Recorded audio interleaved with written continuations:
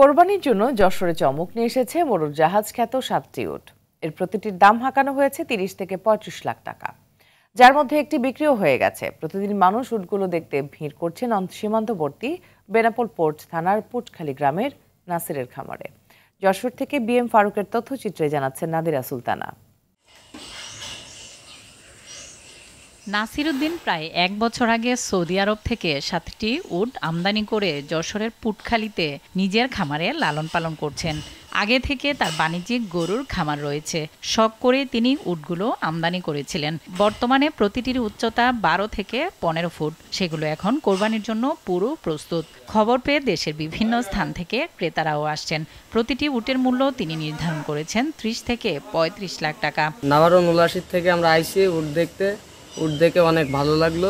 বিভিন্ন জায়গাতে মেয়ে ছেলেপিলে আসছে উট দেখার জন্য। উটগুলোকে ভুট্টা, ঘাস আর ছোলা খাওয়ানো হয় নিয়মিত। বিশেষ তালিকা মেনে উটগুলোকে প্রতিদিন খাবার খাওয়ানো হয়। 3 বার করে পানি দিতে হয় আর খাদ্য দিতে হয় ভুট্টা, গম, ছোলা, সয়াবিনের খোল, সরষের খোল, পাতা আছে আমের পাতা, বটের পাতা, নিমের পাতা, বাবলার পাতা।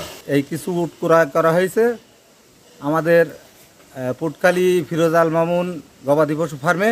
উটগুলো 1.5 বছর যাবৎ লালন পালন করা হচ্ছে।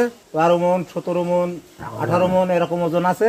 উট এদেশের প্রাণী না হওয়ায় বিশেষ যত্নের ব্যবস্থা নিতে হয়। এগুলো সুস্থতায় ভেটেরিনারি সার্জনরা দেখভাল ও চিকিৎসা সেবা দিয়ে থাকেন। আমাদের যে সমস্ত ভেটেরিনারি সার্জন আছেন তারা সবকিছু সমস্ত প্রাণীরই চিকিৎসা করতে সক্ষম। নাদিরা সুলতানা, RTV।